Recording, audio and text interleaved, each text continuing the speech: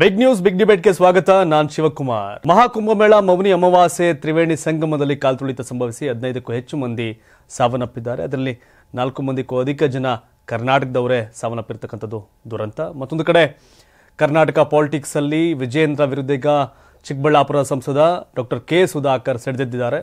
ವಿಜೇಂದ್ರ, ನಿಂದನ್ನ ಬಿಚ್ಚಿಡ್ತೀನಿ, ನೀನು ಏನೇನು ಸಮಸ್ಯೆ ಮಾಡಿದ್ಯಾ, ಏನೇನು ತೊಂದರೆ ಕೊಟ್ಟಿದ್ಯಾ ಎಲ್ಲವನ್ನೂ ಕೂಡ ಹೇಳ್ತೀನಿ, ರಾಜ್ಯಾಧ್ಯಕ್ಷನನ್ನು ಬದಲಾಯಿಸಬೇಕು ಅಂತ ಹೈಕಮಾಂಡ್ಗೆ ಒತ್ತಾಯ ಮಾಡಿದ್ದಾರೆ. ಇನ್ನು ಮತ್ತೊಂದು ಕಡೆ ಕುಮಾರಸ್ವಾಮಿ ಮಾಜಿ ಸಂಸದ ಡಿ ಕೆ ಸುರೇಶ್ ವಿರುದ್ಧ ವಾಗ್ದಾಳಿಯನ್ನು ನಡೆಸಿದ್ದಾರೆ. ಹಾಗೆ ಒಂದು ದೇಶ ಒಂದು ಚುನಾವಣೆ ಸಂಬಂಧಪಟ್ಟಂಗೆ ರಾಷ್ಟ್ರಪತಿ ಅವರು ಮಾತನಾಡಿದ್ದಾರೆ. ಅದು ಕರ್ನಾಟಕದ ಕಲಬುರಗಿಯ ಸೇಡಂನಲ್ಲಿ ಈ ಎಲ್ಲ ವಿಷಯಗಳು ಇದೆ. ಅಮೆರಿಕಾದ ಟ್ಯಾಕ್ಸ್ ವಿಚಾರ ಕೂಡ ಇದೆ ಇವತ್ತಿನ ಬಿಗ್ ನ್ಯೂಸ್ ಬಿಗ್ ಡಿಬೇಟಲ್ಲಿ. ಮೊದಲನೇದಾಗಿ ಮಹಾಕುಂಭಮೇಳ ಮೌನಿ ಅಮಾವಾಸ್ಯೆ ಸನ್ನಿವೇಶದಲ್ಲಿ ತ್ರಿವೇಣಿ ಸಂಗಮದಲ್ಲಿ ಉಂಟಾದಂಥ ಕಾಲ್ತುಳಿತದಿಂದ 15ಕ್ಕೂ ಅಧಿಕ ಮಂದಿ ಸಾವನ್ನಪ್ಪಿರ್ತಕ್ಕಂಥ ಘಟನೆ ನಡೆದಿದೆ. ಮಹಾಕುಂಭಮೇಳದ ಮೌನಿ ಅಮಾವಾಸ್ಯೆ ವೇಳೆ ತ್ರಿವೇಣಿ ಸಂಗಮದಲ್ಲಿ ಏನು ಪುಣ್ಯ ಸ್ನಾನ ಮಾಡಬೇಕು ಅಂತ ಹೋಗ್ತಿರುವಂಥ ಸನ್ನಿವೇಶದಲ್ಲಿ ಭಕ್ತ ಸಾಗರ ದೊಡ್ಡ ಮಟ್ಟಕ್ಕಿರುತ್ತೆ. ಕೋಟ್ಯಾಂತರ ಜನ ಅಲ್ಲಿ ಇವತ್ತು ಪುಣ್ಯ ಸ್ನಾನ ಮಾಡಬೇಕು ಅಂತ ಬಂದಿದ್ದಾರೆ. ಈ ಹಿನ್ನೆಲೆಯಲ್ಲಿ ಕಾಲ್ತುಳಿತ ಸಂಭವಿಸುತ್ತೆ. ಮಧ್ಯರಾತ್ರಿಯ ಬಳಿಕ ಜನದಟ್ಟಣೆ ಹೆಚ್ಚಾಗುತ್ತೆ. ನೂಕುನುಗ್ಗಲಿನಿಂದಾಗಿ ಕಾಲ್ತುಳಿತ ಉಂಟಾಗುತ್ತೆ. ಈ ವೇಳೆ ಹಲವಾರು ಮಂದಿ ಗಾಯಗೊಂಡಿದ್ದು 15ಕ್ಕೂ ಹೆಚ್ಚು ಮಂದಿ ಸಾವನ್ನಪ್ಪಿದ್ದಾರೆ. ಇನ್ನು 2ನೇ ಅಮೃತ ಸ್ನಾನದ ದಿನವಾದ ಬುಧವಾರ ಈ ಒಂದು ಲಕ್ಷಾಂತರ ಭಕ್ತರು ಪ್ರಯಾಗ್ರಾಜ್ ಯಾತ್ರೆ ಕೈಗೊಂಡಿದ್ರು. ಇದರಿಂದ ಈ ಒಂದು ಭಾರಿ ಜನದಟ್ಟಣೆ ಕಂಡು ಬಂದಿತ್ತು. ಕಾಲ್ತುಳಿತದಲ್ಲಿ ಗಾಯಗೊಂಡಿರುವ ಹಲವರ ಪೈಕಿ ಕೆಲವರು ಸಾವನ್ನಪ್ಪಿದ್ದಾರೆ ಅಂತ ವರದಿ ಈಗ ಸಿಗ್ತಾ ಇರ್ತಕ್ಕಂಥ. ಮತ್ತೊಂದು ಕಡೆ ಏನು ಕುಂಭಮೇಳದಲ್ಲಿ ಈ ಒಂದು ಕಾಲ್ತುಳಿತ ಏನಾಯಿತು ಪ್ರಯಾಗ್ರಾಜ್ನಲ್ಲಿ, ಅದರಲ್ಲಿ ತಾಯಿ ಮಗಳು ಸೇರಿ ಬೆಳಗಾವಿಯ 4 ಸಾವನ್ನಪ್ಪಿದ್ದಾರೆ. ಉತ್ತರ ಪ್ರದೇಶದ ಪ್ರಯಾಗ್ರಾಜ್ನಲ್ಲಿ ಏನು ಈ ಒಂದು ಘಟನೆ ಸಂಭವಿಸಿದೆ. ಈ ಮೌನಿ ಅಮಾವಾಸ್ಯೆಯಲ್ಲಿ ಕರ್ನಾಟಕದಿಂದ ಕೂಡ ಲಕ್ಷಾಂತರ ಭಕ್ತರು ಹೋಗ್ತಾ ಇದ್ರು. ಸೊ ಇವತ್ತು ಕೂಡ ಅಲ್ಲಿ ಸಾವಿರಾರು ಕರ್ನಾಟಕದ ಮಂದಿ ಅಲ್ಲಿದ್ದಾರೆ, ಪುಣ್ಯ ಸ್ನಾನ ಮಾಡಲಿಕ್ಕೆ ತೆರಳಿದ್ರು. ಈ ವೇಳೆ ಬೆಳಗಾವಿಯ ಮೂಲದವರು ಸಾವನ್ನಪ್ಪಿರ್ತಕ್ಕಂಥದ್ದು. ಮತ್ತೊಂದು ಕಡೆ ಇನ್ನೊಂದಷ್ಟು ಜನ ಸಪ್ರೇಟ್ ಆದರೂ ಇನ್ನೂ ಕೂಡ ಎಲ್ಲಿದ್ದಾರೆ ಏನು ಅನ್ನೋದು ಒಂದಷ್ಟು ಗೊತ್ತಾಗಲಿಲ್ಲ. ಕರ್ನಾಟಕದಿಂದ ಏನು ಕುಂಭಮೇಳಕ್ಕೆ ತೆರಳಿದಂಥ ಬೆಳಗಾವಿಯ ತಾಯಿ ಮಗಳು ಈ ಸೇರಿ 4 ಮೃತಪಟ್ಟಿದ್ದಾರೆ. ಬೆಳಗಾವಿಯ ವಡಗಾವಿ ನಿವಾಸಿ ಜ್ಯೋತಿ ಅತ್ತರ್ವಾಟ ಮತ್ತು ಅವರ ಮಗಳು ಮೇಘ ಕಾಲ್ತುಳಿತದಲ್ಲಿ ಸಾವನ್ನಪ್ಪಿದ್ದಾರೆ ಎಂದು ಅವರ ಸಂಬಂಧಿ ಗುರುರಾಜ್ ಹುದ್ದಾರ ಅವರು ಮಾಹಿತಿಯನ್ನು ಕೊಟ್ಟಿರತಕ್ಕಂಥದ್ದು. ಇನ್ನು ಕರ್ನಾಟಕದಿಂದ ಕೂಡ ಈ ಸಂಬಂಧಪಟ್ಟಂತೆ ಒಂದಷ್ಟು ಅಧಿಕಾರಿಗಳನ್ನ ರಾಜ್ಯ ಸರ್ಕಾರ ಕಳಿಸಿದೆ. ಜೊತೆಗೆ ಯಾವುದೇ ರೀತಿಯ ಪ್ಯಾನಿಕ್ ಆಗೋ ಅವಶ್ಯಕತೆ ಇಲ್ಲ. ಸೊ ನೂಕುನುಗ್ಗಲಿಗೆ ಸನ್ನಿವೇಶದಲ್ಲಿ ಹುಷಾರಾಗಿರಬೇಕು ಅನ್ನೋ ಸಂದೇಶವನ್ನು ಅಲ್ಲಿ ಕೊಡ್ತಿದ್ರು ಸಹ ಕೋಟಿಗಟ್ಟಲೆ ಜನ ಅಲ್ಲಿ ಇವತ್ತು ಭಾಗಿಯಾಗಿದ್ರು. ಈ ಹಿನ್ನೆಲೆ ಈ ಒಂದು ದುರ್ಘಟನೆ ಸಂಭವಿಸಿದೆ ಅನ್ನೋದನ್ನು ಹೇಳ್ತಾ ಇದ್ದಾರೆ. ಇನ್ನು ಸದ್ಯಕ್ಕೆ ಪರಿಸ್ಥಿತಿ ನಿಯಂತ್ರಣದಲ್ಲಿದೆ ಅಂತ ಸಿಎಂ ಯೋಗಿ ಆದಿತ್ಯನಾಥ್ ತಿಳಿಸಿದ್ದಾರೆ. ಅಮೃತ ಸ್ನಾನ ಈ ಕಾಲ್ತುಳಿತ ಆದಮೇಲೆ ಮತ್ತೆ ಒಂದಷ್ಟು ಸ್ಟಾಪ್ ಮಾಡಲಾಗಿತ್ತು, ನಂತರ ಅದು ಪುನರಾರಂಭ ಆಗಿದೆ. ಈ ಸಂಬಂಧಪಟ್ಟಂತೆ ಉತ್ತರ ಪ್ರದೇಶದ ಮುಖ್ಯಮಂತ್ರಿ ಯೋಗಿ ಆದಿತ್ಯನಾಥ್ ಸ್ಪಷ್ಟನೆ ಕೊಟ್ಟಿದ್ದಾರೆ. ಏನು ಅಮೃತ ಸ್ನಾನ ಮಾಡಲು ಸರದಿ ಸಾಲಿನಲ್ಲಿ ಜನ ತೆರಳುತ್ತಾ ಇದ್ರು, ಆದರೆ ಭಕ್ತರ ಸಂಖ್ಯೆ ಹೆಚ್ಚಾದ ಕಾರಣ ಕಾಲ್ತುಳಿತವಾಗಿದ್ದು ಘಟನೆಯಲ್ಲಿ 15ಕ್ಕೂ ಹೆಚ್ಚು ಮಂದಿ ಮೃತಪಟ್ಟಿದ್ದಾರೆ ಮತ್ತು ಹಲವಾರು ಮಂದಿ ಗಾಯಗೊಂಡಿದ್ದಾರೆ ಅಂತ ಅಧಿಕಾರಿಗಳು ಕೂಡ ತಿಳಿಸಿದ್ದಾರೆ. ಜೊತೆಗೆ ಅಧಿಕಾರಿಗಳ ಜೊತೆ ಮುಖ್ಯಮಂತ್ರಿ ಯೋಗಿ ಆದಿತ್ಯನಾಥ್ ಅವರು ಸಭೆಯನ್ನು ಮಾಡಿದ್ದಾರೆ. ಅವ್ರ ಜೊತೆ ಯಾವುದೇ ರೀತಿಯ ಇನ್ನು ದುರ್ಘಟನೆ ಆಗದಂತೆ ಕ್ರಮ ಕೈಗೊಳ್ಳಬೇಕು ಅಂತ ಎಚ್ಚರಿಕೆಯನ್ನು ಕೊಟ್ಟಿದ್ದಾರೆ. ಜೊತೆಗೆ ಈ ಸಂಬಂಧಪಟ್ಟಂತೆ ಮತ್ತಷ್ಟು ಮಾಹಿತಿಯನ್ನು ಪಡ್ಕೊಂಡು ಕೆಲವು ಸೂಚನೆಗಳು ಕೂಡ ಕೊಟ್ಟಿದ್ದಾರೆ. ಇನ್ನು ಸಭೆ ಬಳಿಕ ಮಾಹಿತಿಯನ್ನು ಮಾಧ್ಯಮದ ಜೊತೆ ಮಾತನಾಡಿದ್ದಾರೆ. ಇದೀಗ ಪರಿಸ್ಥಿತಿ ನಿಯಂತ್ರಣಕ್ಕೆ ಬಂದಿದೆ. ಇಂದು ಪ್ರಯಾಗ್ರಾಜ್ನಲ್ಲಿ ಸುಮಾರು 8ರಿಂದ 10 ಕೋಟಿ ಭಕ್ತರು ಸೇರಿದ್ದು ಸಂಗಮದೆಡೆಗೆ ಭಕ್ತರ ಸಂಚಾರ ಭಾರಿ ಪ್ರಮಾಣದಲ್ಲಿ ಹೆಚ್ಚಾಗಿತ್ತು. ಅಕಾರ ಮಾರ್ಗದಲ್ಲಿ ಬ್ಯಾರಿಕೇಡಿಂಗ್ ದಾಟಲು ಕೆಲವರು ಯತ್ನಿಸಿದ್ರು. ಈ ವೇಳೆ ಕೆಲ ಭಕ್ತರಿಗೆ ಗಂಭೀರ ಗಾಯಗಳು ಯಾರಿಗಾಗಿದೆ ಅವರಿಗೆ ಚಿಕಿತ್ಸೆಯನ್ನು ಕೊಡಲಿಕ್ಕೆ ಆಸ್ಪತ್ರೆಗೆ ಸ್ಥಳಾಂತರ ಮಾಡಲಾಗಿದೆ ಅಂತ ಹೇಳಿದ್ದಾರೆ. ಇನ್ನು ಕಳೆದ ರಾತ್ರಿಯಿಂದ ಮೌನಿ ಅಮಾವಾಸ್ಯೆ ಮುಹೂರ್ತ ಆಗಿದ್ದು ಬಳಿಕ ಹೆಚ್ಚಿನ ಸಂಖ್ಯೆಯಲ್ಲಿ, ಯಾಕೆಂದರೆ ಇದು ಈ ಸಮಯ ಭಾಳ ಒಳ್ಳೆಯ ಸಮಯ, ಪುಣ್ಯಸ್ನಾನ ಮಾಡಿದ್ರೆ ಭಾಳಷ್ಟು ಪುಣ್ಯ ಪ್ರಾಪ್ತಿ ಆಗುತ್ತೆ ಅನ್ನೋ ಕಾರಣಕ್ಕೆ ಕೋಟ್ಯಂತರ ಜನ ಪ್ರಯಾಗ್ರಾಜ್ಗೆ ಬಂದ್ಬಿಟ್ಟಿದ್ದಾರೆ. ಏನು ನರೇಂದ್ರ ಮೋದಿ ಸಹ ಗೃಹ ಸಚಿವ ಅಮಿತ್ ಶಾ ಇಬ್ಬರು ಕೂಡ ಕರೆ ಮಾಡಿ ಮಾತನಾಡಿದ್ದಾರೆ. ಸಂಬಂಧಪಟ್ಟಂಗೆ ಮಾಹಿತಿಗಳನ್ನು ಪಡ್ಕೋತಾ ಇದ್ದಾರೆ ಏನೇನು ಆಗ್ತಾ ಇದೆ ಅಲ್ಲಿ ಅಂತ. ಮತ್ತೊಂದು ಕಡೆ ನರೇಂದ್ರ ಮೋದಿ ಅವರು ಸಹ ಏನು ಈ ಕಾಲ್ತುಳಿತದಲ್ಲಿ ಸಾವನ್ನಪ್ಪಂಥ ಯಾರ ಕುಟುಂಬ ಸದಸ್ಯರನ್ನಿಗೆ ಸಂತಾಪವನ್ನು ಸೂಚಿಸಿದ ಜೊತೆಗೆ ಒಂದಷ್ಟು ಪರಿಹಾರವನ್ನು ಕೂಡ ಘೋಷಣೆಯನ್ನು ಮಾಡಿದ್ದಾರೆ. ಇನ್ನು ಎಕ್ಸ್ನಲ್ಲಿ ಪೋಸ್ಟ್ ಮಾಡಿರುವ ಮೋದಿ, ಪ್ರಯಾಗ್ರಾಜ್ ಮಹಾಕುಂಭದಲ್ಲಿ ಸಂಭವಿಸಿದ ಕಾಲ್ತುಳಿತ ಅತ್ಯಂತ ನೋವು ತಂದಿದೆ. ದುರಂತದಲ್ಲಿ ತಮ್ಮ ಕುಟುಂಬ ಸದಸ್ಯರನ್ನ ಕಳೆದುಕೊಂಡ ಭಕ್ತರಿಗೆ ತೀವ್ರ ಸಂತಾಪಗಳನ್ನು ಸೂಚಿಸುತ್ತೇನೆ ಅಂತ ಹೇಳಿದ್ದಾರೆ. ಎಲ್ಲ ಗಾಯಾಳುಗಳು ಶೀಘ್ರ ಗುಣಮುಖರಾಗಲಿ. ಸ್ಥಳೀಯ ಆಡಳಿತವು ಸಂತ್ರಸ್ತರಿಗೆ ಸಾಧ್ಯವಿರುವ ಎಲ್ಲ ನೆರವನ್ನು ಒದಗಿಸಿದೆ. ಈ ನಿಟ್ಟಿನಲ್ಲಿ ಮುಖ್ಯಮಂತ್ರಿ ಯೋಗಿ ಆದಿತ್ಯನಾಥ್ ಅವರೊಂದಿಗೆ ನಾನು ಮಾತನಾಡಿದ್ದೇನೆ. ರಾಜ್ಯ ಸರ್ಕಾರದೊಂದಿಗೆ ನಿರಂತರ ಸಂಪರ್ಕದಲ್ಲಿದ್ದೇನೆ ಅಂತ ಮೋದಿ ತಿಳಿಸಿದ್ದಾರೆ. ರಾಷ್ಟ್ರಪತಿ ದ್ರೌಪದಿ ಮುರ್ಮು ಸಹ ಪೋಸ್ಟ್ ಮಾಡಿ ಪ್ರಯಾಗ್ರಾಜ್ ಮಹಾಕುಂಭದಲ್ಲಿ ಕಾಲ್ತುಳಿತದ ಘಟನೆಯಿಂದ ಅತ್ಯಂತ ನೋವಾಗಿದೆ. ತಮ್ಮ ಕುಟುಂಬಸ್ಥರನ್ನ ಕಳೆದುಕೊಂಡ ಭಕ್ತರಿಗೆ ಸಂತಾಪ ಸೂಚಿಸ್ತೇನೆ. ಗಾಯಗೊಂಡವರು ಶೀಘ್ರಗತಿಯಲ್ಲಿ ಗುಣಮುಖರಾಗಲಿ ಅಂತ ದೇವರಲ್ಲಿ ಪ್ರಾರ್ಥಿಸ್ತೇನೆ ಅಂತ ಮೋದಿ ತಿಳಿಸಿದ್ದಾರೆ. ಇನ್ನೊಂದು ಕಡೆ ಪ್ರಯಾಗ್ರಾಜ್ ಯಾತ್ರೆ ಮುಗಿಸಿ ವಾಪಸ್ ಆಗ್ತಿದ್ದ ಕರ್ನಾಟಕ ರಾಜ್ಯದ ನಮ್ಮ ರಾಜ್ಯದ ಇಬ್ಬರು ಯುವಕರು ಉತ್ತರ ಪ್ರದೇಶದ ಮಿರ್ಜಾಪುರ ಬಳಿ ಅಪಘಾತದಲ್ಲಿ ಸಾವನ್ನಪ್ಪಿದ್ದಾರೆ. ಇನ್ನಿಬ್ಬರು ಮೈಸೂರು ಹಾಗೂ ಮಂಡ್ಯ ಜಿಲ್ಲೆಯ ಇಬ್ಬರು ಯುವಕರು ಒಂದಷ್ಟು ಟೀಮ್ 2 ಕಾರುಗಳಲ್ಲಿ ಹೋಗಿರ್ತಾರೆ ಪ್ರಯಾಗ್ರಾಜ್ಗೆ. ಅಲ್ಲಿಂದ ಬರುವಂಥ ಸಂದರ್ಭದಲ್ಲಿ ಅಪಘಾತ ಸಂಭವಿಸಿದೆ. ಉತ್ತರ ಪ್ರದೇಶದ ಮಿರ್ಜಾಪುರ ಬಳಿ ಅಪಘಾತ ಸಂಭವಿಸಿದೆ. ಮೈಸೂರು ತಾಲೂಕಿನ ಮಂಟೆ ಕ್ಯಾತ್ನಳ್ಳಿ ನಿವಾಸಿ ರಾಮಕೃಷ್ಣ ಶರ್ಮಾ ಮತ್ತು ಮಂಡ್ಯ ಜಿಲ್ಲೆ ಶ್ರೀರಂಗಪಟ್ಟಣ ತಾಲೂಕಿನ KRS ನಿವಾಸಿ ಅರುಣ್ ಶಾಸ್ತ್ರಿ ಮೃತಪಟ್ಟಂಥ ದುರ್ದೈವಿಗಳು. ಯುವಕರು 2 ಕಾರುಗಳಲ್ಲಿ ಪ್ರಯಾಗ್ರಾಜ್ ಯಾತ್ರೆಗೆ ಹೋಗಿದ್ರು. ಪ್ರಯಾಗ್ರಾಜ್ ಯಾತ್ರೆ ಮುಗಿಸಿ ಕಾಶಿಗೆ ಬರ್ತಿದ್ದಾಗ ಆ ಕಾಶಿ ಕಡೆಯಿಂದ ಈ ಕಡೆ ಬರಬೇಕು ಅಂತ ಕರ್ನಾಟಕಕ್ಕೆ ವಾಪಸ್ ಆಗುವಂಥ ಲೆಕ್ಕಾಚಾರ. ಈ ವೇಳೆ ಅಪಘಾತ ಸಂಭವಿಸಿದೆ ಲಾರಿ ಮತ್ತು ಕಾರು ನಡುವೆ. ಈ ವೇಳೆ ತಲೆಗೆ ತೀವ್ರ ಪೆಟ್ಟು ಬಿದ್ದ ಹಿನ್ನೆಲೆ ಅಪಘಾತದ ವೇಳೆ ಇಬ್ಬರು ಆಸ್ಪತ್ರೆಗೆ ದಾಖಲಾಗಿದ್ರು. ಆದರೆ ಚಿಕಿತ್ಸೆ ಫಲಿಸದೆ ರಾಮಕೃಷ್ಣ ಶರ್ಮಾ ಮತ್ತು ಅರುಣ್ ಶಾಸ್ತ್ರಿ ಮೃತಪಟ್ಟಿದ್ದಾರೆ. ಇನ್ನು ಏನು ಮಹಾಕುಂಭಮೇಳ ಸಂಬಂಧಪಟ್ಟಂಥ ಒಂದಷ್ಟು ಅಪ್ಡೇಟ್ಸು ಕಾಲ್ತುಳಿತ ಎಲ್ಲವೂ ಆಯಿತು. ಈಗ ಇದರ ಸಂಬಂಧಪಟ್ಟಂಥ ರಾಜಕಾರಣ, ಪುಣ್ಯ ಸ್ನಾನ ಮಾಡಿದ್ರೆ ಬಡತನ ನಿರ್ಮೂಲನೆ ಆಗುತ್ತಾ ಅಂತ ಅಮಿತ್ ಶಾ ಸಂಬಂಧಪಟ್ಟಂತೆ ಮಲ್ಲಿಕಾರ್ಜುನ್ ಖರ್ಗೆ ಹೇಳಿಕೆ ಬಹಳಷ್ಟು ಕೋಲಾಹಲಕ್ಕೆ ಕಾರಣ ಆಗಿತ್ತು. ಇನ್ನು ಈ ಸಂಬಂಧಪಟ್ಟಂತೆ ಈಗ ಮಲ್ಲಿಕಾರ್ಜುನ್ ಖರ್ಗೆ ಅವರ ಪುತ್ರ ಪ್ರಿಯಾಂಕ್ ಖರ್ಗೆ ಕರ್ನಾಟಕ ರಾಜ್ಯದ ಸಚಿವರು ಒಂದಷ್ಟು ಟ್ವೀಟ್ ಮಾಡಿ ಬಿಜೆಪಿಯನ್ನು ಕಾಲೆಳೆದಿದ್ದಾರೆ. ಒಂದಷ್ಟು ಪ್ರಶ್ನೆಗಳನ್ನ ಕೇಳಿದ್ದಾರೆ. ಏನಂತ, ಉತ್ತರದ ಕಾಶಿಯಲ್ಲಿ ಕತ್ತೆ ಮಿಂದೈ ತರಲು ದಕ್ಷಿಣದ ದೇಶಕ್ಕದು ಕುದುರೆ ಯಾವುದೇ? ಕುವೆಂಪುರನ್ನ ಹಿಂದೂ ವಿರೋಧಿ ಎನ್ನುವ ದಮ್ಮು ತಾಕತ್ತು ಇದೆಯಾ? ಪ್ರಶ್ನೆಗಳನ್ನು ಎತ್ತಿದರೆ ವಸ್ತುಸ್ಥಿತಿಯನ್ನು ಹೇಳಿದರೆ ಹಿಂದೂ ವಿರೋಧಿ ಎಂದು ಹೇಳಿ ಉತ್ತರ ದಾಯಿತ್ವದಿಂದ ಜಾರಿಕೊಳ್ಳುವುದು ಬಿಜೆಪಿಯ ಹಳೆ ಚಾಳಿ ಎಂದು ಪ್ರಿಯಾಂಕ್ ಖರ್ಗೆ ವಾಗ್ದಾಳಿ ನಡೆಸಿದ್ದಾರೆ. ಈ ಸಂಬಂಧ ತಮ್ಮ ಎಕ್ಸ್ ಖಾತೆಯಲ್ಲಿ ಬರೆದುಕೊಂಡಿರುವ ಅವರು, ಬಿಜೆಪಿ ಏನಾದರೂ 12ನೇ ಶತಮಾನದಲ್ಲಿ ಇದ್ದಿದ್ರೆ ಮೌಢ್ಯದ ವಿರುದ್ಧ ವಚನ ಚಳುವಳಿ ಕಟ್ಟಿದ್ದ ಶರಣರಿಗೂ ಹಿಂದೂ ವಿರೋಧಿ ಪಟ್ಟ ಕಟ್ಟುಬಿಡ್ತಿದ್ರೇನೋ. ಆಗಿನ ಮನುವಾದಿಗಳು ಶರಣರಿಗೆ ಪೀಡಿಸಿದ್ದರು ಎನ್ನುವುದು ಇತಿಹಾಸ ಎಂದಿದ್ದಾರೆ.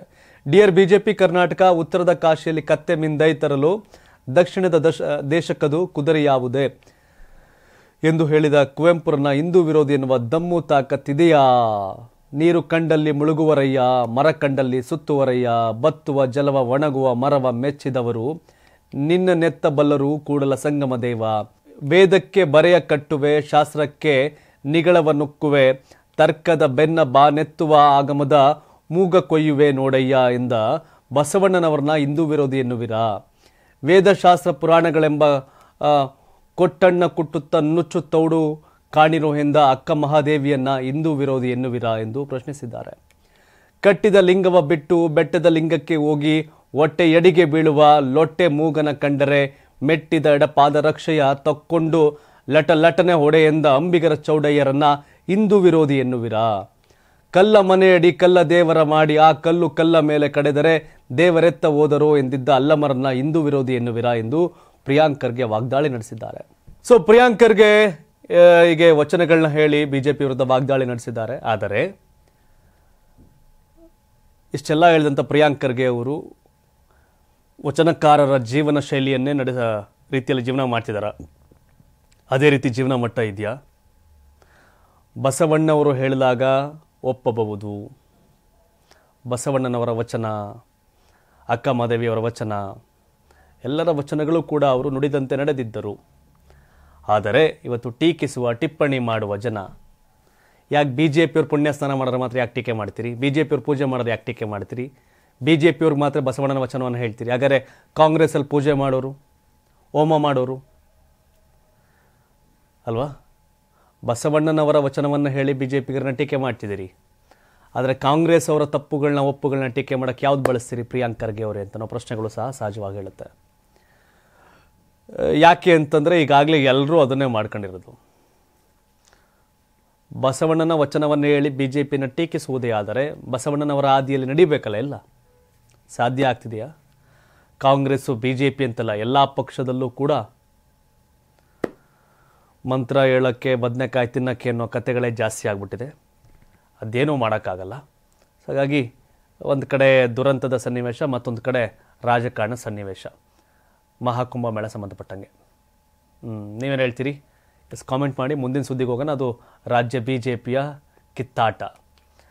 ವಿಜೇಂದ್ರ ವಿರುದ್ಧ ರಮೇಶ್ ಜಾರಕಿಹೊಳಿ, ಯತ್ನಾಳ್ ರೊಚ್ಚಿಗೆದ್ದಿದ್ರು. ರೆಡ್ಡಿ, ರಾಮುಲು ಕಾಳಗಲ್ ರಾಮುಲು ರೊಚ್ಚಿಗೆದ್ದಿದ್ರು ವಿಜೇಂದ್ರ ವಿರುದ್ಧ. ಈಗ ವಿಜೇಂದ್ರ ವಿರುದ್ಧ ರೊಚ್ಚಿಗೇಳುವ ಸರದಿ ಚಿಕ್ಕಬಳ್ಳಾಪುರ ಸಂಸದ ಡಾಕ್ಟರ್ ಕೆ ಸುಧಾಕರ್ ಸರದಿ. ರಾಜ್ಯಾಧ್ಯಕ್ಷ ಸ್ಥಾನದಿಂದ ವಿಜೇಂದ್ರರನ್ನ ಕೆಳಗಿಳಿಸಬೇಕು ಅಂತ ಬಿಜೆಪಿ ಸಂಸದ ಸುಧಾಕರ್ ಆಗ್ರಹ ಮಾಡಿದ್ದಾರೆ. ರಾಜ್ಯ ಬಿಜೆಪಿಯಲ್ಲಿ ಮತ್ತೆ ಭಿನ್ನಮತ ಸ್ಫೋಟಗೊಂಡಿದ್ದು ಒಬ್ಬರಾದ ಮೇಲೆ ಒಬ್ಬರು ಬಹಿರಂಗವಾಗಿಯೇ ರಾಜ್ಯಾಧ್ಯಕ್ಷ ವಿಜೇಂದ್ರ ವಿರುದ್ಧ ವಾಗ್ದಾಳಿ ನಡೆಸಿದ್ದಾರೆ.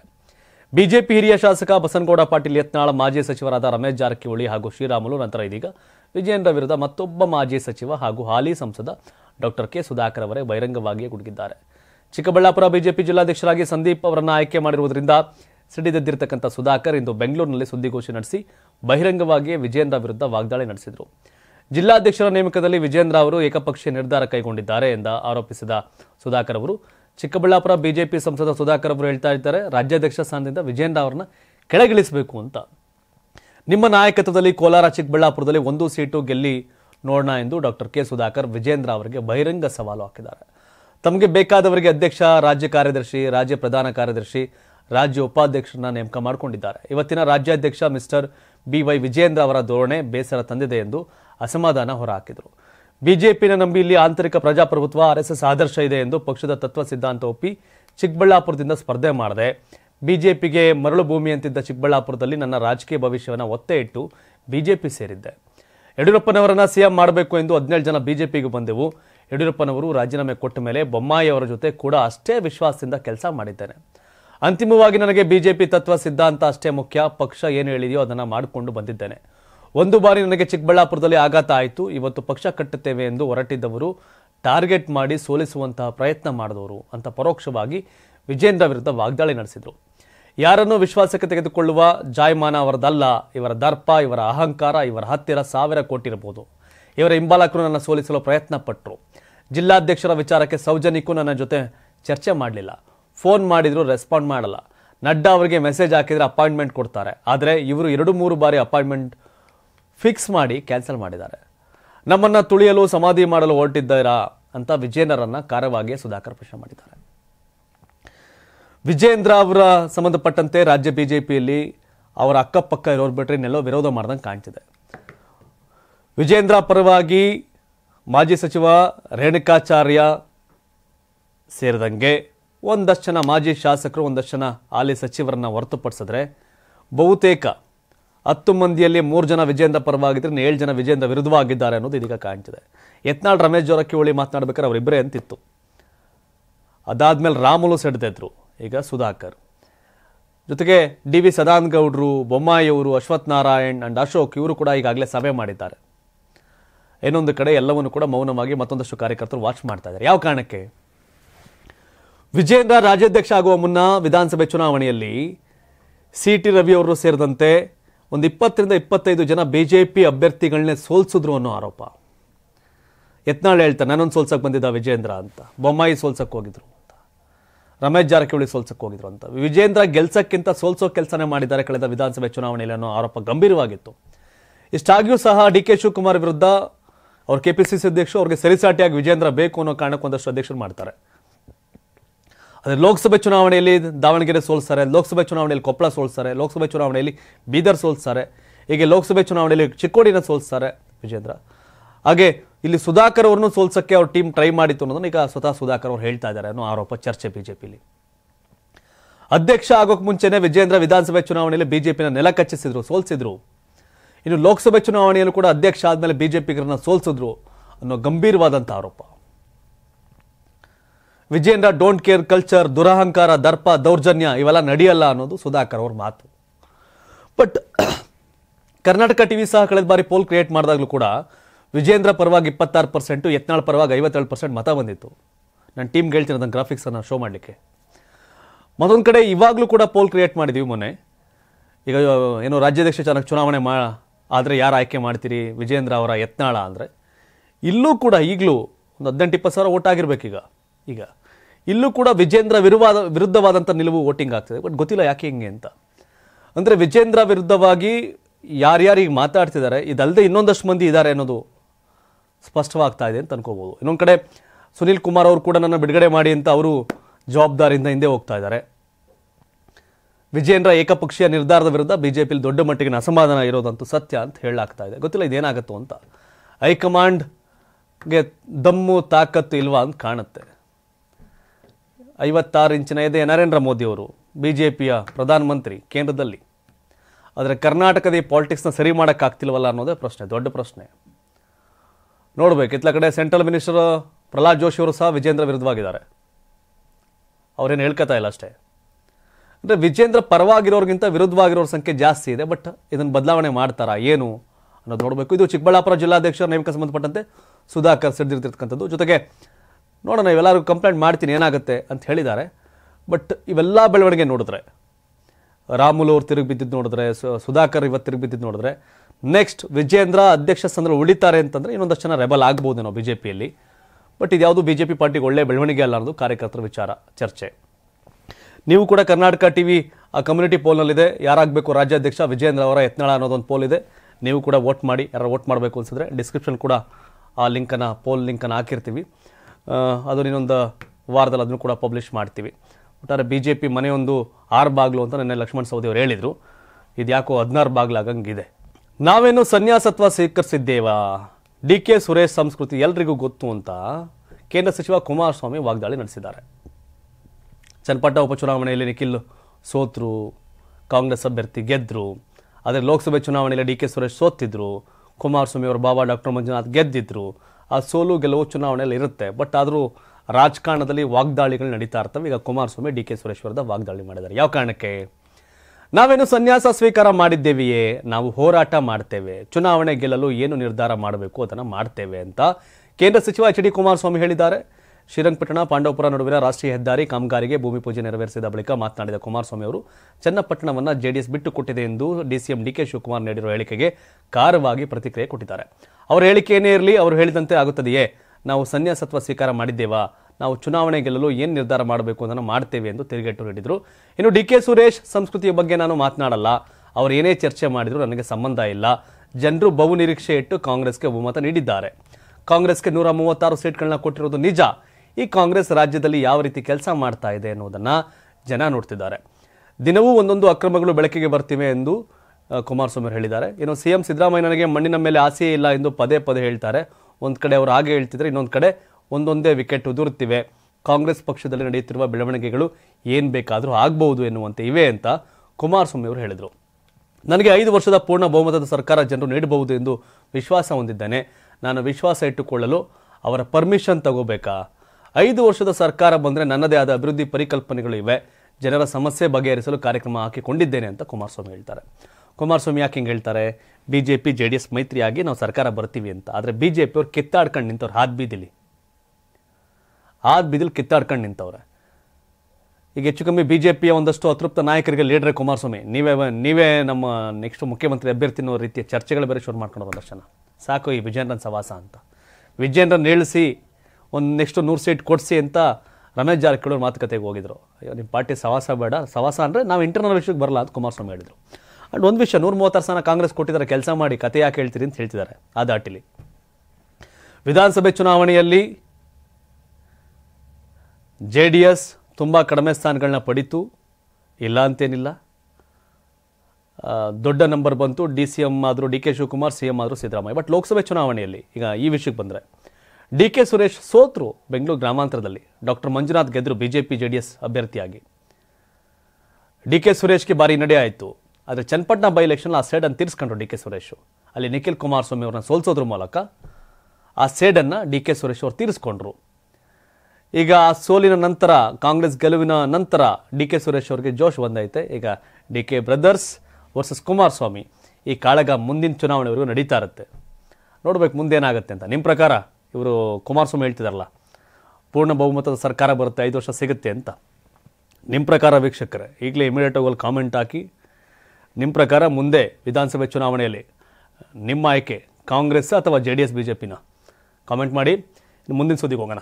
ವಕ್ಫ್ ಮಸೂದೆ ಕುರಿತ ಕರಡು ಅಂಗೀಕರಿಸಿದ ಜೆಪಿಸಿ ಪ್ರಜಾಪ್ರಭುತ್ವ ವಿರೋಧಿ ಎಂದು ಪ್ರತಿಪಕ್ಷಗಳು ಆರೋಪ ಮಾಡಿವೆ. ಹೌದು, ವಕ್ಫ್ ಮಸೂದೆಯನ್ನ ಪರಿಶೀಲಿಸುತ್ತಿರುವ ಸಂಸತ್ ಜಂಟಿ ಸಮಿತಿಯು ಬುಧವಾರ ತನ್ನ ಕರಡು ವರದಿ ಮತ್ತು ಪ್ರಸ್ತಾವಿತ ಕಾನೂನಿನ ತಿದ್ದುಪಡಿ ಮಾಡಿದ ಆವೃತ್ತಿಯನ್ನ ಬಹುಮತದಿಂದ ಅಂಗೀಕರಿಸಿದೆ ಎಂದು ಜೆಪಿಸಿ ಅಧ್ಯಕ್ಷ ಜಗದಾಂಬಿಕಾ ಪಾಲ್ ಅವರು ಹೇಳಿದ್ದಾರೆ. ಸಂಸದರು ಕರಡು ವರದಿಗೆ ತಮ್ಮ ಅಸಮ್ಮತಿಯನ್ನ ಸೂಚಿಸಲು ಸಂಜೆ 4 ಗಂಟೆವರೆಗೆ ಸಮಯ ನೀಡಲಾಗಿದೆ ಎಂದು ಅವರು ತಿಳಿಸಿದ್ದಾರೆ.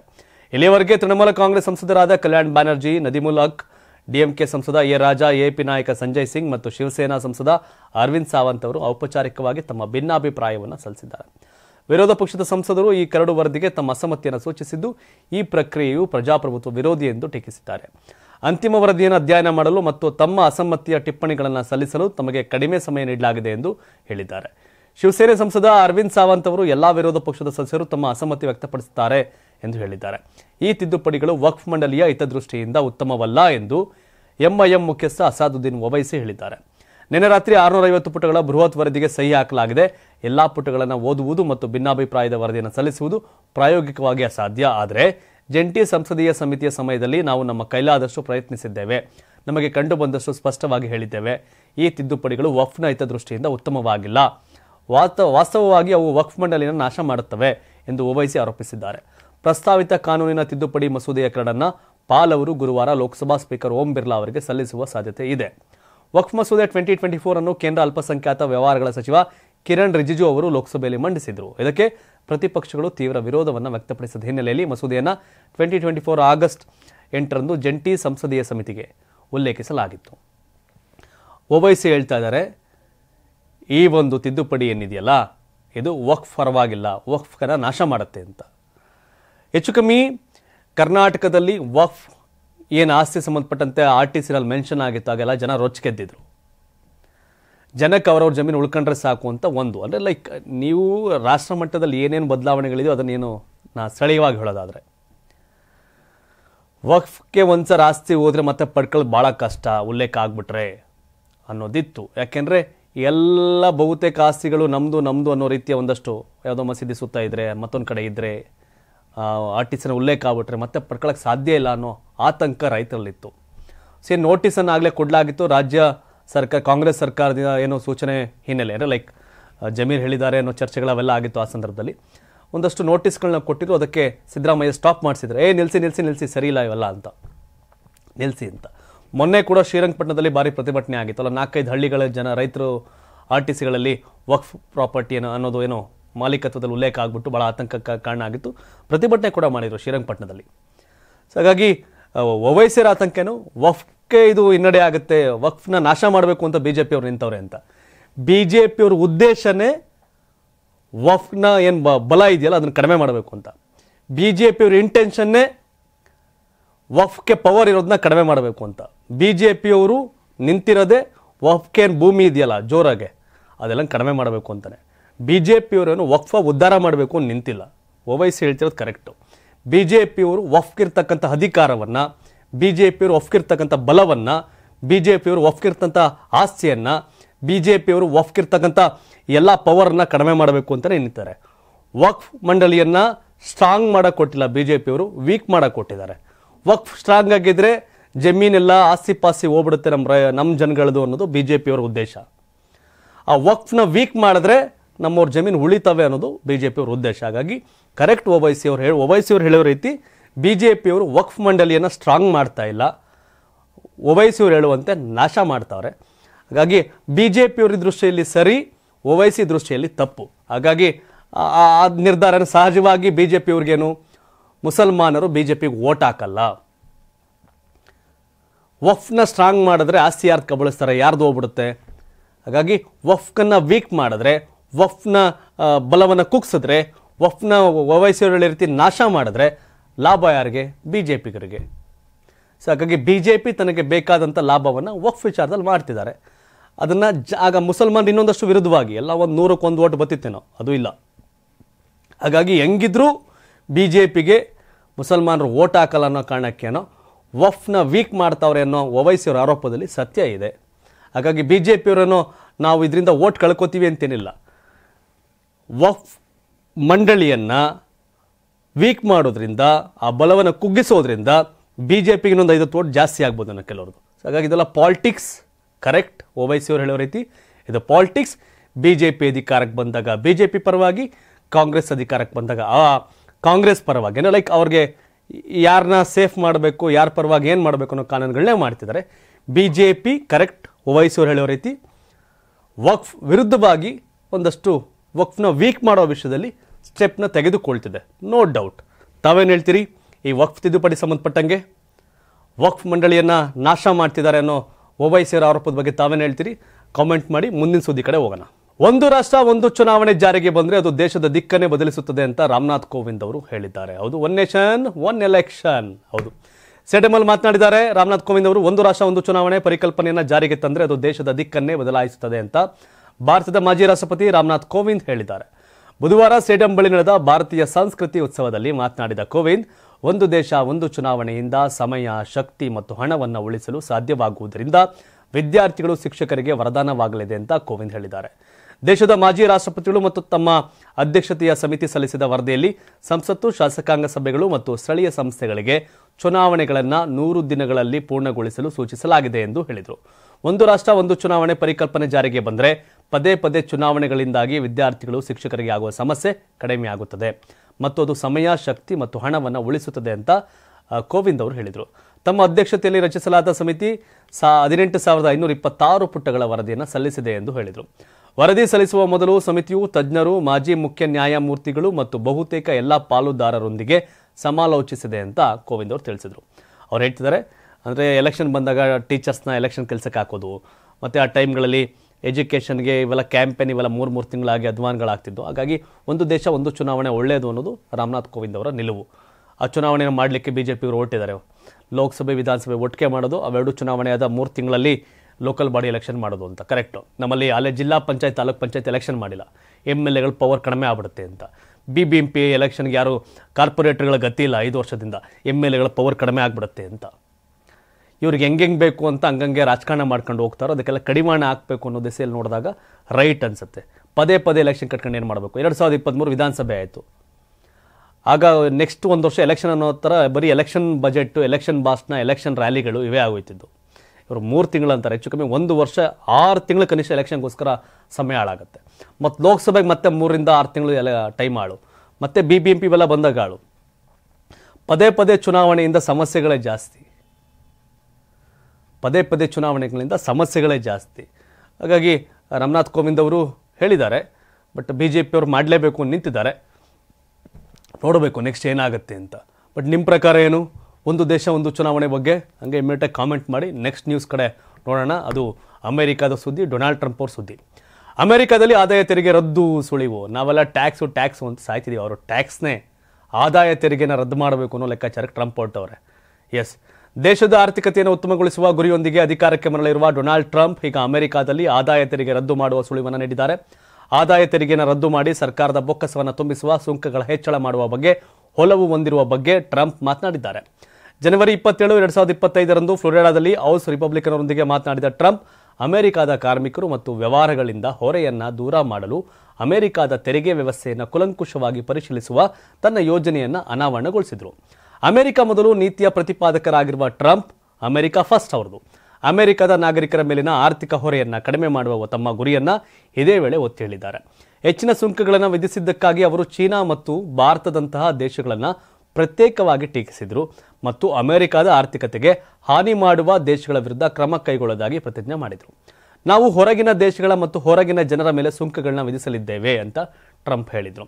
ಅಂತಾರಾಷ್ಟ್ರೀಯ ವ್ಯಾಪಾರದ ಬಗ್ಗೆ ತಮ್ಮ ಆಡಳಿತದ ಆಕ್ರಮಣಕಾರಿ ನಿಲುವನ್ನು ಒತ್ತಿ ಹೇಳಿರುವ ಟ್ರಂಪ್, ವಿದೇಶಿ ಸರಕುಗಳ ಮೇಲೆ ಸುಂಕಗಳನ್ನು ಹೆಚ್ಚಿಸುವ ಮೂಲಕ ಸರ್ಕಾರಿ ಉಪಕ್ರಮಗಳಿಗೆ ಹಣಕಾಸು ಒದಗಿಸಲು ಅಮೆರಿಕವು ತನ್ನ ಸ್ವಂತ ನಾಗರಿಕರಿಗೆ ತೆರಿಗೆ ವಿಧಿಸುವ ಅಗತ್ಯವನ್ನು ಕಡಿಮೆ ಮಾಡಬಹುದು ಎಂದು ಹೇಳುವ ಮೂಲಕ ಟ್ರಂಪ್ ಅಮೆರಿಕಾದಲ್ಲಿ ಆದಾಯ ತೆರಿಗೆಯನ್ನು ರದ್ದುಗೊಳಿಸುವ ಸುಳಿವು ನೀಡಿದ್ದಾರೆ.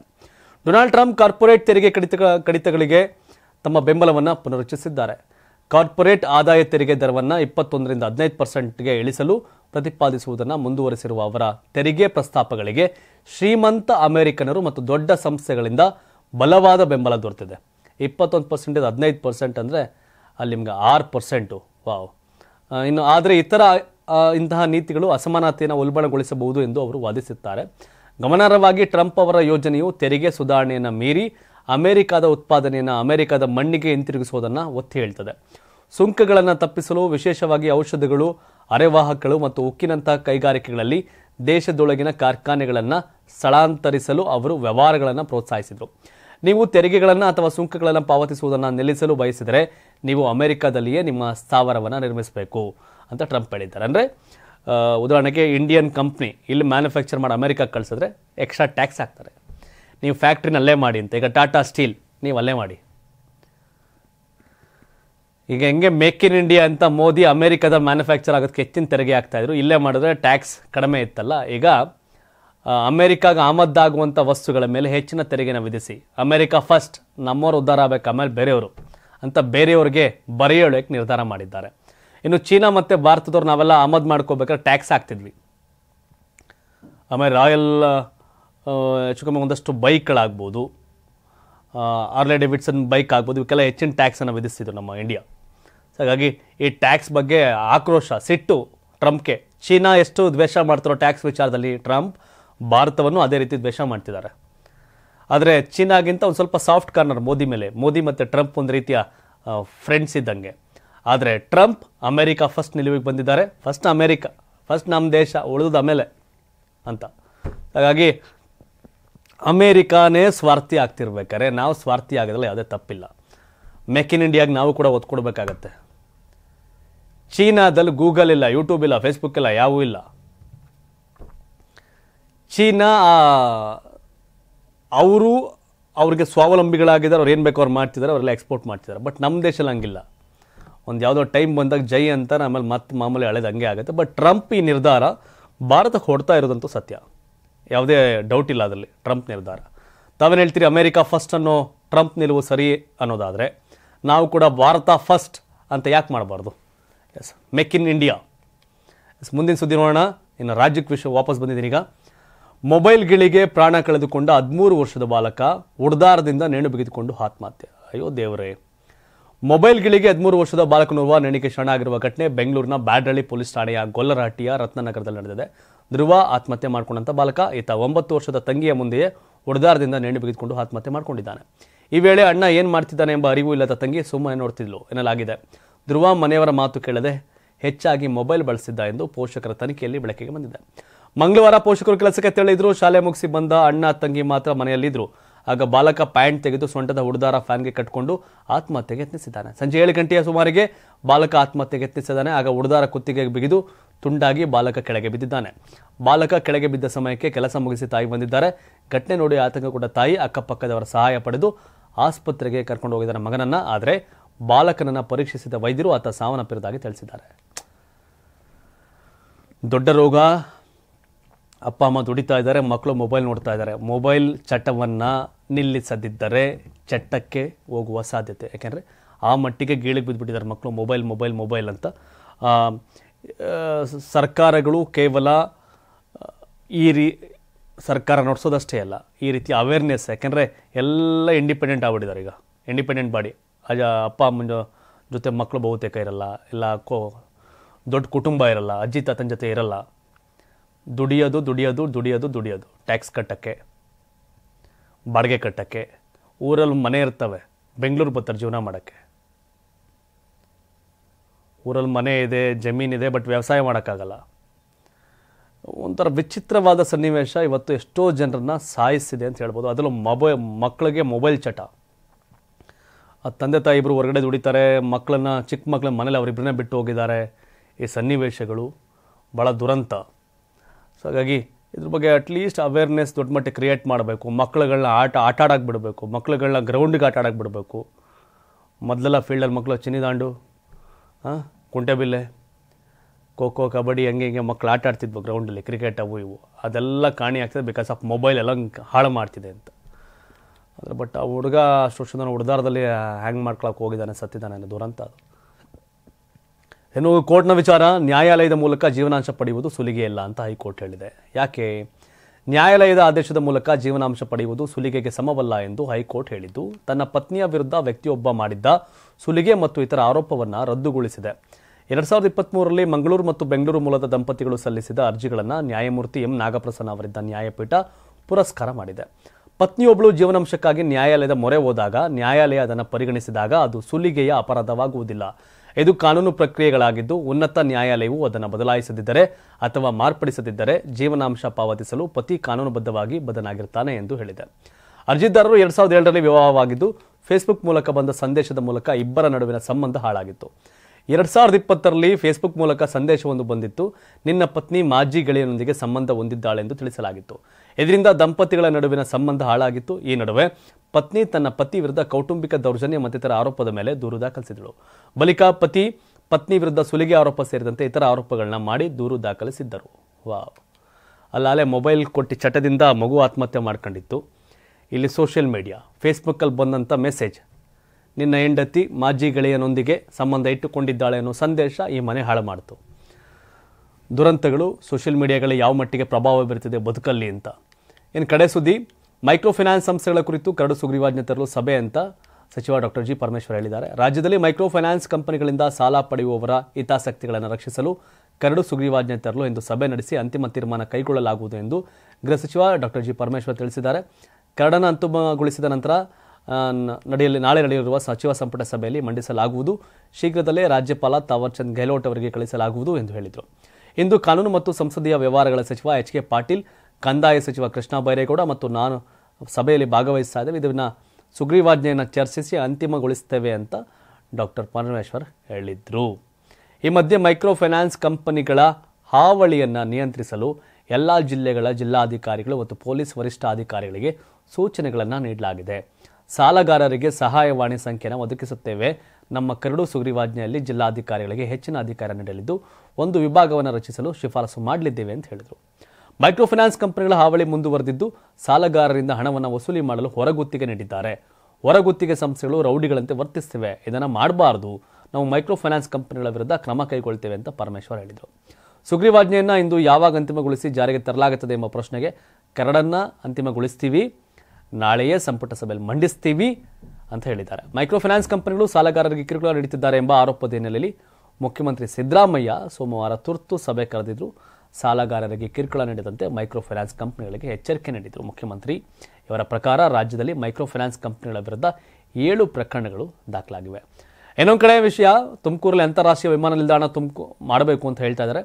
ಬೆಂಗಳೂರಿಗೆ 2ನೇ ಅಂತಾರಾಷ್ಟ್ರೀಯ ವಿಮಾನ ನಿಲ್ದಾಣದ ಸಾಧ್ಯತೆ ಕುರಿತು ಉತ್ತರ ಕರ್ನಾಟಕದ ಪ್ರಯಾಣಿಕರಿಗೆ ಸಹಾಯವಾಗುವ ಕಾರಣ ಹೊಸ ವಿಮಾನ ನಿಲ್ದಾಣವನ್ನು ತಮ್ಮ ತವರು ಜಿಲ್ಲೆಯಲ್ಲಿ ಬಂದರೆ ಉತ್ತಮ ಅಂತ ಹೇಳಿದ್ದಾರೆ. ಆದರೆ ಡಿ ಕೆ ಶಿವಕುಮಾರ್ ಬಿಡ್ದಿ ಆರೋಳಿ ಮಧ್ಯೆ ಹೊಸ ಏರ್ಪೋರ್ಟ್ ಮಾಡಕ್ಕೆ ಹೊರಟವ್ರೆ.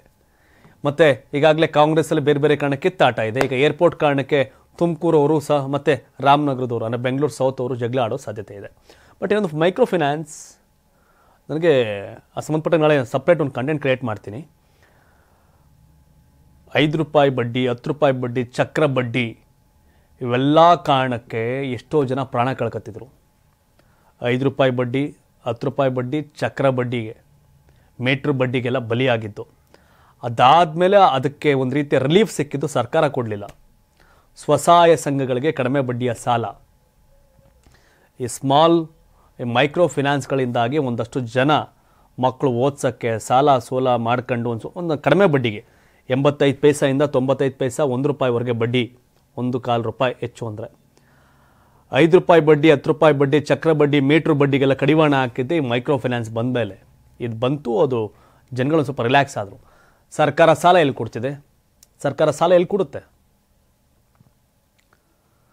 ಸೊ ಹಾಗಾಗಿ ಸರ್ಕಾರ ಮಾಡೋ ಒಂದಷ್ಟು ಕೆಲಸಗಳನ್ನ ಮೈಕ್ರೋ ಫೈನಾನ್ಸ್ಗಳು ಮಾಡ್ತಿದ್ದು, ಇಲ್ಲ ಅಂತೇನಿಲ್ಲ.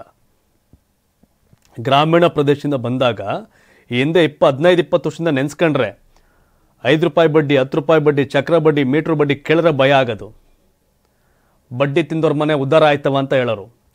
ಆ ಬಡ್ಡಿ ತಿಂದು ದೊಡ್ಡದಾಗಿ ಬೆಳೆದಿದ್ರಲ್ಲ, ಅವ್ರ ಮನೆಗಳೆಲ್ಲ ಹಾಳಾಗಿದ್ದವು, ಅದು ಬೇರೆ ವಿಷಯ. ಅದಾದಮೇಲೆ ಜನಗಳಿಗೆ ತುಂಬ ಅನುಕೂಲ ಆಗಿದ್ದು ಸ್ವಸಹಾಯ ಸಂಘಗಳಿಗಿನ ಕಡಿಮೆ ಬಡ್ಡಿಯ ಸಾಲಗಳು ಇವೆಲ್ಲ.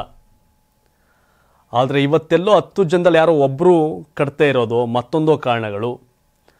85 ಪೈಸೆ 95 ಪೈಸೆ, 1.25 ರೂಪಾಯಿ ಬಡ್ಡಿ ಕಟ್ಟಕ್ಕಾಗದೆ ಜನ ಸಾಯ್ತಿದಾರಾ ಅನ್ನೋ ಪ್ರಶ್ನೆ ಸಹಜವಾಗಿ ಕಾಡುತ್ತೆ. 1 ಲಕ್ಷ ರೂಪಾಯಿ ಸಾಲಕ್ಕೆ ಹೆಚ್ಚು ಕಮ್ಮಿ 1,000, 1,400 ರೂಪಾಯಿ ಬಡ್ಡಿ ಬರ್ಬೋದು ಆಚೆ ಈಚೆ ಲೆಕ್ಕ ಹಾಕೊಂಡ್ರೆ. ಸರ್ಕಾರವೇ ಮನೆ ಯಜಮಾನಿಗಳಿಗೆ 2,000 ರೂಪಾಯಿ ಆಗ್ತಾಯಿತ್ತು ತಿಂಗಳಿಗೆ. ಅದೆಲ್ಲ ಫ್ರಿಜ್ ತಗೋತಾ ಇದ್ದಾರೆ, ಅದೆಲ್ಲ ಬೇರೆ ಬೇರೆ ಇವೆಲ್ಲ ಆ ಥರದೊಂದು ಸ್ವಾವಲಂಬಿ ಆಗಲಿಕ್ಕೆ ಸರ್ಕಾರ ಕೂಡ ಅನುಕೂಲ ಕೊಟ್ಟಿದೆ. ಬಟ್ ಒಂದಷ್ಟು ಕೇಸ್ ಮೈಸೂರಲ್ಲಿ ಒಬ್ಬಾಕೆ ಬೇರೆ ಬೇರೆಯವ್ರ ಹೆಸರೆಲ್ಲ ಸಾಲ ತಗೊಂಡು ಬಳಸ್ಕೊಂಡಿತ್ತು, ಈ ಥರದೆಲ್ಲ ಸುದ್ದಿಗಳಿದೆ. ಬಟ್ ಚಕ್ರ ಬಡ್ಡಿ, ಮೀಟ್ರ್ ಬಡ್ಡಿ, 5 ರೂಪಾಯಿ ಬಡ್ಡಿ, 10 ರೂಪಾಯಿ ಬಡ್ಡಿ, ಅದೆಲ್ಲ ದಂಧೆ ನಿಂತಿದ್ದೇ ಈ ಮೈಕ್ರೋ ಫೈನಾನ್ಸ್ಗಳಿಂದ. ಒಂದೊಂದು ಜಿಲ್ಲೆಯಲ್ಲಿ 1,000, 2,000 ಜನಕ್ಕೆ ಕೆಲಸ ಕೊಟ್ಟರು ಮೈಕ್ರೋ ಫೈನಾನ್ಸ್ ಅವರು. 20,000, 30,000, 35,000, 40,000 ಸಂಬಳ ಕೊಡ್ತಾವ್ರೆ ಆ ಹುಡುಗರುಗಳಿಗೆ. ಬಟ್ ಇದೆಲ್ಲ ಒಂದು ಕಡೆ ಸರ್ಕಾರ ಮೈಕ್ರೋ ಫೈನಾನ್ಸ್ಗೆ ಕಡಿವಾಣ ಹಾಕುವ ಒಂದಷ್ಟು ಕೆಲಸ ಮಾಡ್ತಿದೆ. ಓಕೆ, ಆದರೆ ಸರ್ಕಾರನೇ ಯಾಕೆ ಸಾಲ ಕೊಡಬಾರ್ದು ಹಂಗಾರೆ? ಸರ್ಕಾರನೇ ಸಾಲ ಕೊಡಲಿ ಹಂಗಾರೆ? ಇನ್ನು ರಾಷ್ಟ್ರೀಕೃತ ಬ್ಯಾಂಕ್ಗಳು ಸಾಲ ಕೊಡ್ತಾ ಇಲ್ಲ ನಮ್ಗಳಿಗೆ. ರಾಷ್ಟ್ರೀಕೃತ ಬ್ಯಾಂಕ್ಗಳು, ದೊಡ್ಡ ಬ್ಯಾಂಕ್ಗಳು ಸಾಲ ಕೊಡ್ತಾರೆ. ರಿಕವರಿ 20-25 ವರ್ಷದಿಂದ ರಿಕವರಿ ಇದ್ದಾರೆ. ಬೈಕ್ ಸಾಲ ಕಟ್ಟಲಿಕ್ಕೆ ಕಿತ್ಕೊಂಡು ಹೋಗ್ತಾರೆ, ರೋಡಲ್ಲಿ ಆಟೋ ಕಿತ್ಕೊಂಡು ಹೋಗ್ತಾರೆ, ಕಾರ್ ಕಿತ್ಕೊಂಡು ಹೋಗ್ತಾರೆ. ಇವೆಲ್ಲ ಆಗ್ತಿದ್ದಾವೆ. ಕಟ್ಟೋಕ್ಕಾಗದೇ ಇದ್ರು, ಆ ಕೆಪಾಸಿಟಿ ಇಲ್ಲ ಅಂದ್ರೂ ಸಾಲ ಕೊಡ್ತಾವ್ರಲ್ಲ, ಅದಕ್ಕೇನಾರ ಬ್ರೇಕ್ ಹಾಕಬೇಕು. ಕಟ್ಟೋ ಕೆಪಾಸಿಟಿ ಇದೆಯಾ, ಅವ್ರ ಇನ್ಕಮ್ ಸೋರ್ಸ್ ಏನು ಇದೆಯಾ, ಇಲ್ಲ ಅಂದರೆ ವಾಟ್ ನೆಕ್ಸ್ಟ್ ಅನ್ನೋದನ್ನು ಸಂಬಂಧಪಟ್ಟಂಗೆ ಯೋಚನೆ ಮಾಡಬೇಕು. ಅದನ್ನು ಬಿಟ್ಟು ಮೈಕ್ರೋ ಫೈನಾನ್ಸ್ಗೆ ಮೂಗ್ದಾರ ಆಗ್ತೀವಿ, ಕಡಿವಾಣ ಆಗ್ತೀವಿ ಅಂತ ಹೋದರೆ ನಾಳೆಗೆ 5 ರೂಪಾಯಿ ಬಡ್ಡಿಯವರು. ಈಗ ನೆಕ್ಸ್ಟು ಸ್ಕೂಲ್ದು ಬರುತ್ತೆ, ಮಾರ್ಚು, ಏಪ್ರಿಲ್, ಮೇ ಆದಮೇಲೆ ಸ್ಕೂಲ್ ಫೀಸ್ ಕಟ್ಟಬೇಕು. ಮೈಕ್ರೋ ಫೈನಾನ್ಸ್ಗೆಲ್ಲ ಕಡಿವಾಣ ಆಗ್ತಿರೋ ಸಾಲದ್ದಾಗಲ್ಲ. ಹಂಗಾರೆ ಮಕ್ಕಳು ಫೀಸ್ ಕಟ್ಟಕ್ಕೆ ಸಾಲ ಯಾರು ಕೊಡ್ತಾರೆ? ಮತ್ತೊಂದು ಕಾರ್ಯಕ್ರಮಕ್ಕೆ ಸಾಲ ಯಾರು ಕೊಡ್ತಾರೆ? ಮತ್ತು 5 ರೂಪಾಯಿ ಬಡ್ಡಿಯವನು, 10 ರೂಪಾಯಿ ಬಡ್ಡಿಯವನು, ಚಕ್ರ ಬಡ್ಡಿಯವನು, ಮೀಟ್ರ್ ಬಡ್ಡಿಯವನಿಗೆ ಹೋಗ್ಬೇಕು. ಬೆಂಕಿಲಿದ್ರು ಚಕ್ರ ಬಡ್ಡಿ, ಮೀಟ್ರ್ ಬಡ್ಡಿಲಿ ಬೆಂಕಿಲಿ ಬೇಯ್ತಾ ಇದ್ರು ಜನ. ಒಂದು ಸ್ವಲ್ಪ ಹೆಂಗೋ ಬಿಸಿಲಲ್ಲಿ ನಿಂತ್ಕೊಂಡ್ರಷ್ಟೇ, ಕೆಳಗೆ ಹುಡ್ತಿತ್ತು ಬೆಂಕಿಯಲ್ಲಿ. ಸ್ವಲ್ಪ ಮೈಕ್ರೋ ಫೈನಾನ್ಸ್ ಏನು ಕಂಪ್ಲೀಟ್ ಆರಾಮಾಗಪ್ಪ ತಂಪಂತೇನು ನಾನು ಹೇಳ್ತಾ ಇಲ್ಲ. ಚಕ್ರ ಬಡ್ಡಿ, ಮೀಟ್ರ್ ಬಡ್ಡಿಯಿಂದ ಜನ ಸಾಯ್ತಾ ಇದ್ರು, ಅದಕ್ಕೊಂದು ಕಡಿವಾಣ ಆಗಿತ್ತು ಮೈಕ್ರೋ ಫೈನಾನ್ಸ್. ಮೈಕ್ರೋ ಫೈನಾನ್ಸ್ಗಳ ವಿರುದ್ಧ ದಾಳಿ ಮಾಡ್ತೀವಿ ಅಂತ ಹೋದರೆ, ಯಾರೋ ಕಟ್ಟಕ್ಕಾಗ್ದಿರೋ ಕೆಪಾಸಿಟಿ ಇಲ್ದಿರೋ ಸಾಲ ತಗೊಂಡು ಮಾಡ್ಕೊಂಡಿರೋ ಎಡವಟ್ಟುಗಳಿಗೆ ಇಡೀ ವ್ಯವಸ್ಥೆಯನ್ನು ದೂಷಣೆ ಮಾಡೋದು ಸರಿಯಲ್ಲ ಅಂತ ಅನ್ಸುತ್ತೆ ಒಂದು ಕಡೆ. ಯಾಕಂದರೆ ಮಂಡ್ಯ ಜಿಲ್ಲೆಯಿಂದ ಒಬ್ಬ ವ್ಯಕ್ತಿ ಫೋನ್ ಮಾಡಿ ಅಲ್ಲಿ ಕೆಲಸ ಮಾಡೋ ಹುಡುಗ ಅದನ್ನು ವಾಟ್ ನೆಕ್ಸ್ಟ್ ಏನಾಗ್ತಿದೆ ಅಂತ, ಸಾಲ ಕಟ್ಟೋ ಕೆಪಾಸಿಟಿ ಇಲ್ಲ ಅಂದರೆ ಸಾಲ ಕೊಡಬೇಡಿ ಅಂತ ಹೇಳಿ,